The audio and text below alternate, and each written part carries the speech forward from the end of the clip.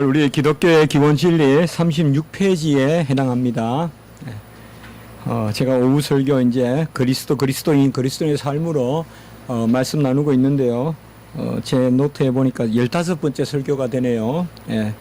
오늘은 율법의 중보자 그리스도다. 묘하게도 제 박사 논문이 바로 이 제목입니다. 그래서 Christ, the mediator of the law. 그래서 Christus mediator legis. 라틴어로 율법의 중보자 그리스도. 저는 공부하면서 율법이라는 것에 대해서 이제 제일 먼저 제가 잘못 생각하고 있었구나. 그전에 너무 세대주의적으로 혹은 루터란적으로 제가 율법을 나쁘게만 생각하고 있었다. 그래서 미국 가서 처음 수업을 듣고 이제 칼빈과 루터의 그런 주석을 쭉 읽었고 비교하면서 그때 이제 시편 주석들이었는데요. 그때 율법이 그저 정죄하고 그런 게 아니구나. 본질적으로 선하고 또 의롭고 거룩하고 우리가 로마서에 나오지만은요. 그리고 이 율법이 예수 그리스도와 어떤 본질적인 관계를 맺고 있구나. 그래서 율법을 예수 그리스도의 관계에서 예수님은 율법을 잘 지키신 분, 그 정도에서 끝나는 게 아니라는 거죠. 예수는 율법의 모범, 또 율법을 잘 지킨 모범, 그 정도에서 끝나는 것이 아니라 예수 그리스도는 율법의 실체고, 예수 그리스도는 율법의 계시고, 또 율법의 해석자고, 율법의 완성이고, 이거 다 성경적이지 않습니까? 바로 이런 것들에 제가 관심을 많이 갖게 되었습니다. 그래서 제 마음속에 예수님은 중보자신데 그렇다면 율법의 중보라는 개념은 있을 수 없겠는가? 그 생각을 한번 해봤습니다. 이게 이제 제가 THM 수업하는 가운데서 주제를 잡았었습니다. 미국에서 신학 석사 공부 첫 학기 마치고 이런 주제에 제가 관심을 갖게 됐습니다. 제가 전에도 한번 말씀드린 적이 있지만 저는 신학교 가기 전에 한 가지 생각이 저에게 항상 맴돌았거든요. 기도원에 있을 때인데요. 하나님은 사랑이시면 하나님은 살아계시면 사랑이신데 살아계시니 사랑이시다. 어떻게 보면 말도 안 되는 소리 같지만은 저한테는 다 아무것도 그 생각이 많이 떠올랐어요. 하나님은 살아계시면 사랑이신데 뭔가 하나님이 살아계시면 다 사랑인 거예요. 제 생각으로는. 하나님이 움직이고 하나님이 살아계시면 다 사랑인 거예요. 하나님은 살아계시면 사랑이신데 근데 살아계시잖아요. 그 이제 그 확신이 오는 거예요. 하나님은 살아계시니 사랑이시다. 어떻게 보면 말장난 같아도 저에게는 하나의 기도와 어떤 그러한 확신의 과정이었어요. 진리에 대한. 하나님은 살아계시면 사랑이신데 살아계시니 사랑이시다. 그 하나님은 사랑이세요. 움직이면 전부 사랑이에요. 살아계심이 다 사랑이에요. 그런데 살아계셔요. 그게 사랑이에요. 그런데 하나님의 이 사랑은 그러면 어떻게 표현되느냐. 그래서 금방 생각한 것이 하나님의 섭리, 또 하나님의 섭리는 그때 이제 여러 가지 일들이 많았어요. 그때 노사운동이 많았어요. 근데 이상하게 제가 가평에서 기도하는데 왜 하나님은 노사 이런 갈등 이런 것에 간섭하지 않아야 하시는가? 왜 아무리 봐도 너무 지나친데 사용자들이 노동자들을 너무 억압하는 거 아닌가?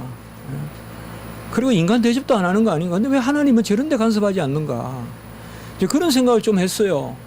그래서 그때는 좀 더 깨어 있었는지 그런 기도도 드렸고요. 그러면서 제가 생각에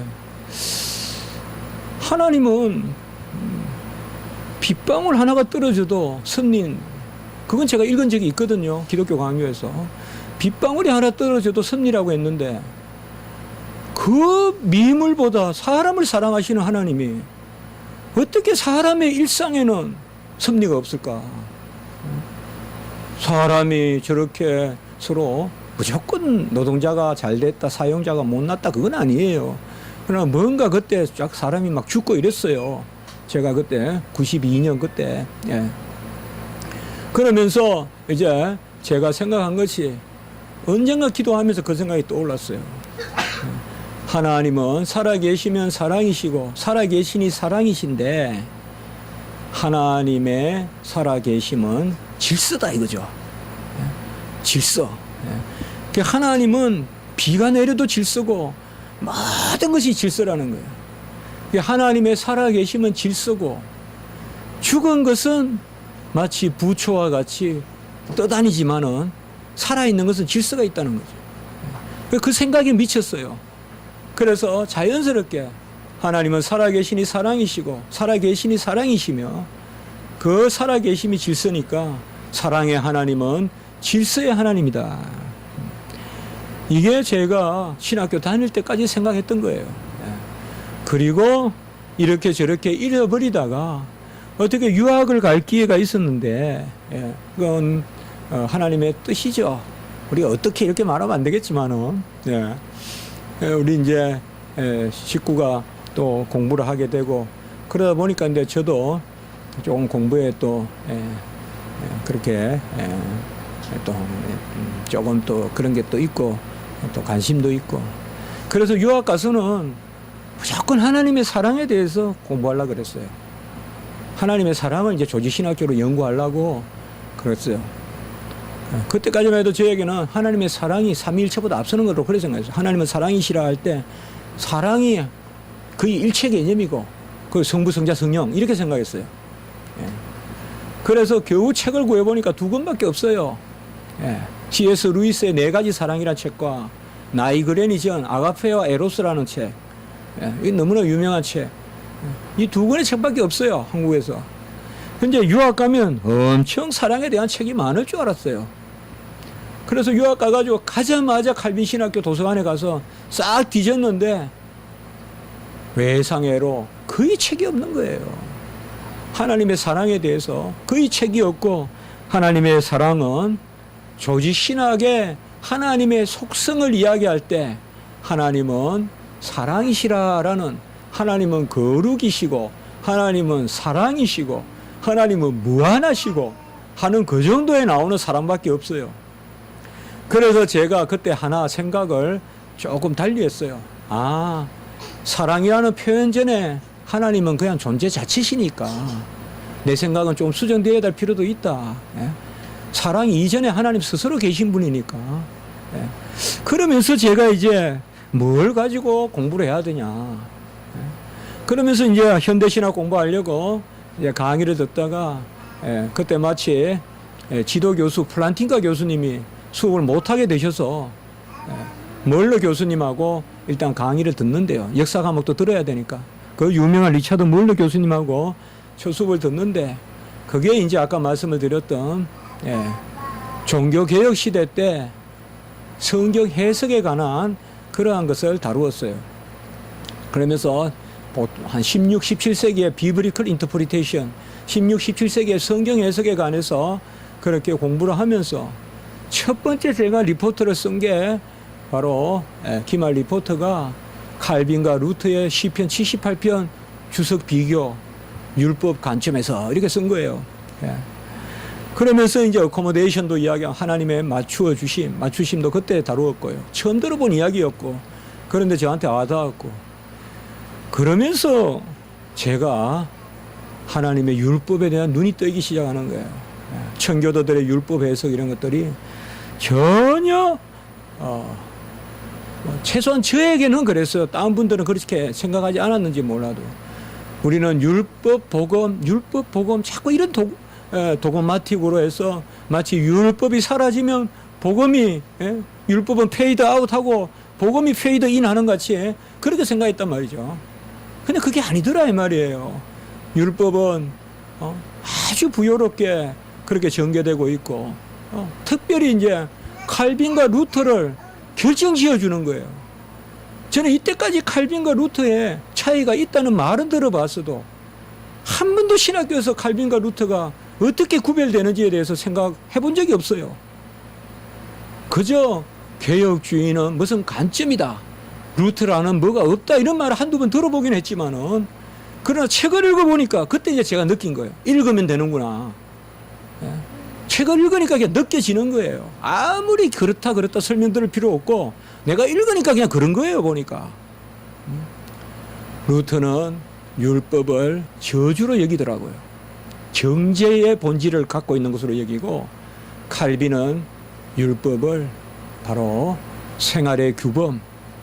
금방 저에게 생각이 났어요. 홍해 건넌 백성에게 옷을 입혀주는 거예요. 홍해 건넌 백성이 이제 건져주시고 예쁜 옷을 입혀주시는 거, 그게 율법인 거예요. 너는 생명을 구했으니 생명 구한 자녀답게 이제는 그러한 누더기는 떨쳐버리고 깨끗한 옷을 입고 자라거라. 그게 율법인 거예요. 바로 다른 것이 아니라 오늘 제가 설교도 했지만은 영화롭게 되는 거죠. 어찌하여 하나님의 뜻을 알고 그것을 수행하고 그것을 기도하고, 그게 영화로운 거죠. 그게 바로 율법을 주신 목적이더라. 그래서 제가 율법에 대해서 공부를 해봐야 되겠다, 그렇게 마음을 먹은 거예요. 그리고 이제 율법에 대한 책을 읽고 딱 주제가 정해져서 교수님을 이제 제가 찾고 온갖 데 다 찾아봤어요. 미국, 영국 할 거 없이. 그러다가 좋은 교수님, 이제 혜슬 교수님을 만나고, 그분하고 만나서 이제 율법과 복음이 상대되는 개념이 아니라 율법과 그리스도가 중요하다는 걸 제가 알게 됐어요. 율법은 율법과 복음 이렇게 말하면 되는 게 아니라 율법과 그리스도를 이야기해야 돼요. 그게 초대교회 이후의 전통이에요. 헬라어로 말하면 로고스와 노모스. 로고스는 바로 그리스도고 노모스는 율법이거든요. 곧 그리스도가 율법의 완성이다. 그리스도가 율법의 완성이다. 요걸 동그라미 치면 복음인 거예요. 율법과 복음이 상대되는 게 아니라 그리스도가 율법의 완성이다. 요걸 꼭 묶으면 복음이란 거예요, 이게. 그러니까 율법 폐지 복음 이게 아니라 이 말이에요. 오늘 성경 말씀에 보면 갈라디아 지방에 두 극단론이 생기는 거예요. 한쪽은 복음이면 되니까 율법 필요 없다고 이야기하는 사람이 생기는 거고, 또 한쪽은 여전히 우리는 율법을 지켜 수행해야 된다. 그래서 두 극단론에 대해서 사도 바울이 바로 정답을 가르쳐 주는 거예요. 폐지된 것이 아니라 폐지 안 됐다 이 말이죠. 그리고 율법으로만도 아니다 이 말이에요. 율법의 의로 되는 것도 아니다 이 말이에요. 폐지가 안 되고 그리스도에 의해서 완성됐다는 거예요. 이것을 오늘 말씀해 주는 거예요. 그리고 율법이 중보자의 손을 통하여서 베풀어 주신 것인데, 그 율법의 중보자, 그게 1차적으로 모세라고 번역도 되지만은 칼빈은 여기서 그리스도가 율법의 중보자다. 그래서 제가 율법의 중보자 그리스도라는 개념을 분명히 가지고 있었어요, 제 마음속에. 근데 칼빈이 그 말을 한마디만 해주면 좋겠는데 없어요. 그런데 칼빈의 갈라디아서 3장 19절에서 22절 설교를 읽다가, 불란스 말로 된 설교예요. 읽다가 딱 한 군데를 발견한 거예요. 라 미디에터 드라로아, 불란스 말로 율법의 중보자, 딱 그렇게 썼어요. 라틴어로는 없어요. 불란스 말로. 전에도 제가 어느 한 말씀을 들었는데 얼마나 기뻤는지 몰라요 그때. 누말할 것 없이 이게 이제 논문의 제목이 된 거예요. 그리고 따옴표가 들어갈 수 있는 거예요. 그렇죠. 제 말이 아니니까 따옴표가 들어갈 수 있는 거예요. 따옴표 딱 해가지고 율법의 중보자 그리스도. 그래서 라틴어로 바꾸어서 크리스투스 메디아토르 레기스. 그래서 율법의 중보자 그리스도. 그래서 제목만 그렇게 잡으니까요, 즐겁잖아요. 그리고 금방 제가 말씀드렸죠. 얼마나 쓸 게 많아요. 사랑, 질서 다 연결되어 있잖아요. 그래서 제가 우리 신학 하시고 또 꼭 우리 신학도가 아니더라도 우리 성도님들도 제가 자꾸 공부는 자꾸 개념을 가지고 자꾸 기도하면서 만들고 하면 나중에 뭘 하나 가지고 연구하면 다 들어온다 그게. 그렇게 이야기하는 거거든요. 급하면 내 머리 안에 있는 개념의 흐름이 없으면 무슨 책을 뽑을 거예요. 수만 건 있는데. 그러나 내 머릿속에 있으면 그래 율법 빨리 사랑 뽑고 섭리 뽑고 질서 뽑고 그리스도 뽑고 그거 묶어서 쓰면 될 거 아니에요. 그래서 오늘 말씀에 특별히 오늘 첫 부분에 보면 율법은 완전한 의가 무엇이며 그것을 어떻게 지켜야 하는지를 우리에게 가르쳐 주는데요. 율법은 본래 선한 거예요. 선하고 어렵고 그 다음에 신령한 것이에요. 그런데 타락한 인류로 말미암아 저주의 도구가 되었어요. 물론 타락한 이후에 율법을 주셨지만은 그 율법 자체가 저주의 도구는 아니에요. 죄가 저주의 도구예요. 제가 잘 아는 이야기가 있어요. 경찰이 왜 저주냐 이 말이에요. 죄인에게만 경찰이 저주죠. 죄인은 정말 경찰의 그 모자 꼭대기만 봐도 그냥 앞만 봐도 도망치죠. 죄인은 깊은 산에 있어도 우리가 이번에 갔던 가야산 그 꼭대기에 천왕봉에 있어도 상항봉에 있어도 저 밑에 합천에서 경찰차 소리 나면요 거기서도 없더래요. 그게 저주예요. 그게 저주예요. 죄가 있으면 그래요. 죄가 있으면. 죄 없으면 뭐예요? 오히려 경찰이 좋죠. 선한 아저씨 아니에요. 선한 형들이고 그 경찰이잖아요. 그 율법도 마찬가지예요. 율법은 본래 선한 거예요. 길을 알려줘요.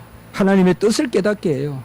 그러나 죄로 말미암아 더 이상 우리는 율법의 행위로는 온전히 될 수가 없고 이 율법으로 죄를 깨닫는다. 오늘도 그렇게 말씀하고 있습니다. 그래서 범법함으로 더하여 진 것이라 19절에 말하는 것은 범법함으로 율법을 주었다. 너무 이렇게 해석하면 안 돼요. 하나님이 주신 것은 다 선한 거예요. 네, 범법함으로 더하여 졌다 이 말은 이미 하나님이 인류의 타락을 다 보시고 율법을 주신다 이 말이에요. 그래서 율법 가운데서 인류는 저주의 도구가 율법이 저주의 도구가 되었다. 율법 가운데 하나님은 자신의 규범과 약속을 드러내세요. 둘째 문단에 보시면 우리는 율법만 보면 하루다 나여 망하였도다 라고 밖에 될 수가 없어요. 그러나 율법과 그리스도를 함께 봐야죠. 오늘 19절에 중보자의 손으로 베푸신 것인데 약속하신 자손이 오시기까지 있을 것이라. 그 중보자는 한 편만 이해한 자가 아니라 하나님은 한 분이시니라 라고 이야기할 때 누가 봐도 이것은 그리스도예요. 문맥을 보면 모세라고 생각될 수도 있지만은 바로 그리스도가 율법을 중보하신다 이 말이에요. 그래서 예수 그리스도가 중간에서 율법의 명령을 이제 우리가 저주 가운데 받게 하지 아니하시고 그가 다 이루심으로 우리는 그를 믿음으로 율법의 본질적인 기능을 회복하게 하시는 거예요. 그 본질적인 기능이 바로 뭐냐? 길을 인도하는 규범이란 말이에요. 같이 합시다. 경건하고 올바른 삶의 규범. 경건이란 말은 1에서 4계명에 대표되죠. 우리가 날마다 고백하는 하나님 사랑의 계명, 예배의 계명. 그 다음에 올바른이란 말은 5에서 10계명으로 대변되죠. 이웃 사랑의 계명. 굳이 나눌 수 없지만 다 한 사랑이지만 우리가 첫째 돌판, 둘째 돌판 이렇게도 말하기도 하잖아요. 율법은 경건하고 올바른 삶의 규범이에요. 확 말씀이 다 열려요. 이때까지는 무슨 구약의 율법은 뭔가 우리를 그냥 식량통 걸린 같이 만들고 뭔가 그냥 뭐라 그럴까요? 아주 그냥 덜 마른 양말을 신은 것 같고 항상 성경을 읽어도 그런 기분이었어요. 그런데 그게 아니다 이 말이죠. 율법을 빼버리면 구약이 다 없어져요. 그게 아니죠. 율법에는 바로 그리스도의 중보가 있다 이 말이에요. 그래서 은혜의 율법이다. 같이 합니다. 은혜의 율법. 바로 예수 그리스도의 중보 가운데 율법을 주심으로 율법에는 규범과 함께 약속이 있습니다. 규범이라는 것은 하나님의 명령, 하나님의 의를 드러내십니다. 뭐가 하나님의 의인지 드러내시고 그것을 예수 그리스도께서 이루십니다. 그리하여 율법은 하나님의 어떠하심을 계시하고 그리고 하나님이 영광을 받으시는 것입니다. 오늘 제가 17장 1절에 종을 영화롭게 하시고 예수님께서 영화롭게 하시고 아버지를 영화롭게 하소서, 아들을 영화롭게 하사 아버지를 영화롭게 하소서, 그 영화라는 말이 곧 율법을 다 지키는 거예요. 고난을 당하시고. 결국 우리가 아들이 우리에게 영광을 주셨다 그렇게 또 나왔잖아요. 후반부에.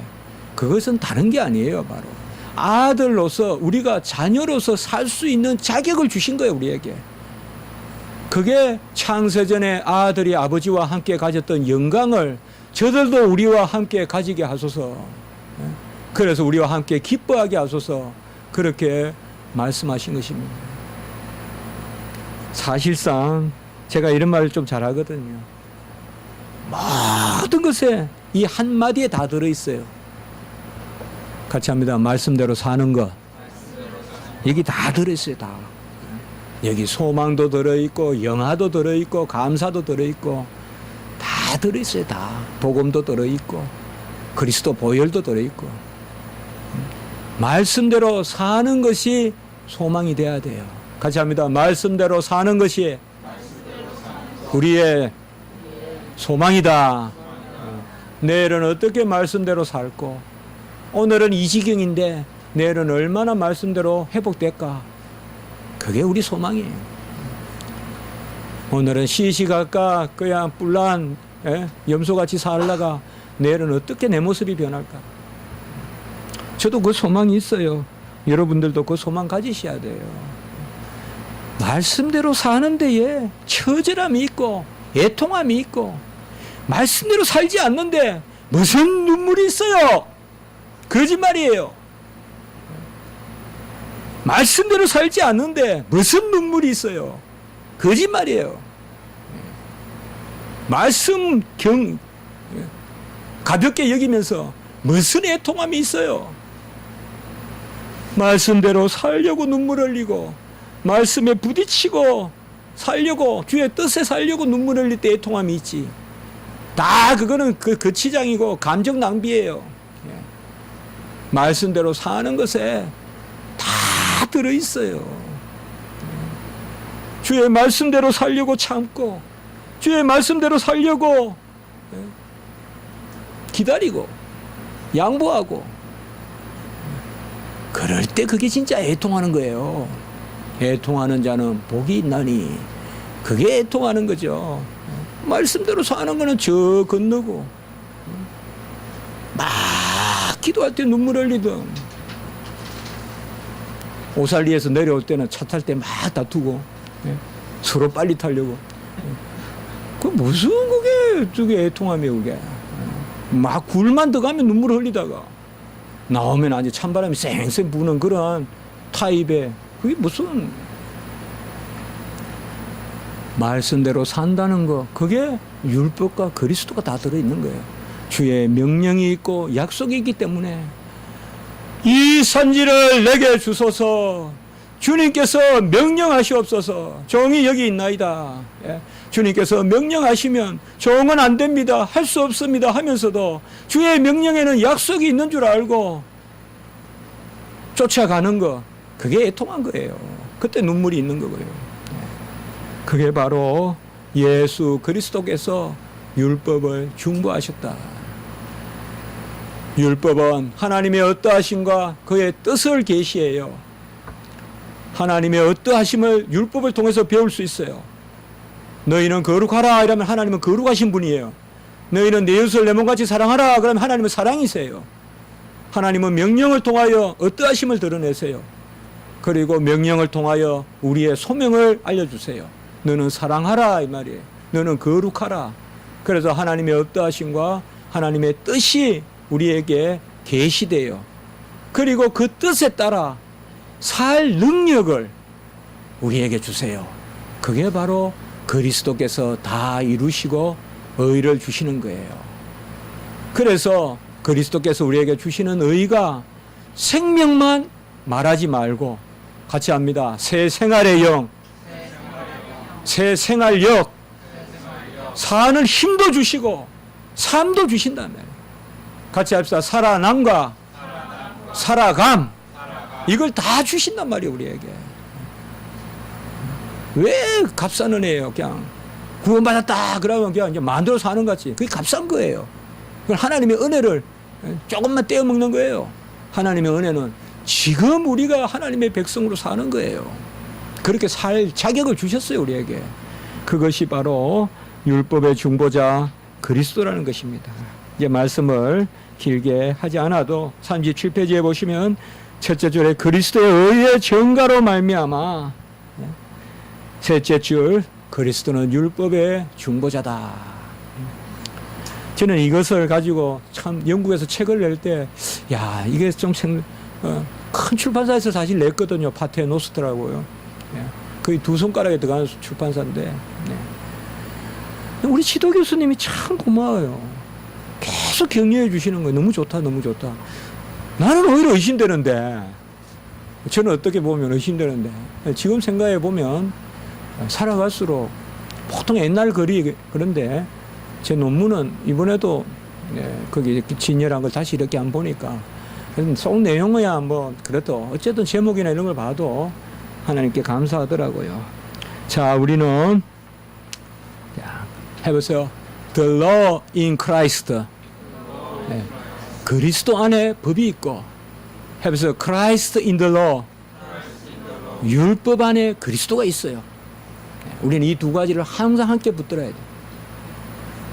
율법을 이야기하면 크라이스트를 생각하고 그리스도를 생각하면 무지막지하게 산다고 생각하면 안 돼요. 법을 생각해야 돼요. The law in Christ. Christ in the law. 율법 안에 그리스도, 그리스도 안에 율법. 로고스 안에 노모스, 노모스 안에 로고스. 그래서 우리가 율법을 즐겨 묵상하는 거예요. 어찌 다윗이 주야로 율법을 즐거워했겠어요. 율법이 맨날 그냥 깨닫기만 하면 저주라면 하루다 망하였도다 하면 어찌 주야로 그것을 기뻐하고 묵상하겠어요. 하나님의 명령을 깨달으면 그를 만나고 같이 합시다. 하나님을 만나는 것은 하나님의 어떠하심을 깨닫는 것이다. 하나님을 만나는 것은 무슨 손을 잡는 게 아니에요. 하나님이 어떤 분이 하나님의 어떠하심을 깨닫는 게 만나는 거예요. 밤새 하나님을 만났다는 것은 하나님의 어떠하심을 깨닫는 거예요. 그걸 어디에서 깨닫느냐? 율법에서 깨달은 거예요. 그게 하나님을 만나는 거예요. 무슨 신비적으로 뭐 소리를 들었거나 그거 다 쓸데없는 이야기예요. 그래서 오늘 말씀을 기억하면서 우리가 주야로 율법을 즐거워하고 묵상하고 주여 아그스틴과 같이 무엇이든 명령하시옵소서. 그리고 다 주시옵소서. 뭐든지 명령하시고 은혜로 주셔서 이루게 하시옵소서. 이건 이미 주님께서 다 이루셨거든요. 같이 한번 합시다. 명령하신 것을 주시옵소서. 그리고 무엇이든 원하는 대로 명령하시옵소서. Give what you order and order what you want. Da quod iubes et iube quod vis. 이 세상에서 최고 간단하지만 최고 개혁주의적이고 최고 진리의 기도예요. 이게 2달란트, 5달란트 받은 사람들의 기도예요. 그러니까 나 능력 없어서 못한다 그러면 안 돼요, 여러분들. 다 꾸어도 유베스. 명령하신 것을 주시옵소서. 그리고 마음껏 명령하시옵소서. 그게 우리의 삶이 돼야 돼요. 뭐든지 주시고 명령하시옵소서. 한번 기도드리겠습니다. 걸어가고 자비로우신 하나님 아버지, 하나님이 주신 것은 다 선하시고 약속이 있는 계명인 줄 믿습니다. 율법의 말씀을 우리에게 주셔서 우리가 그저 초라하게 물에 빠져서 나온 그러한 행색으로 살지 않게 하시고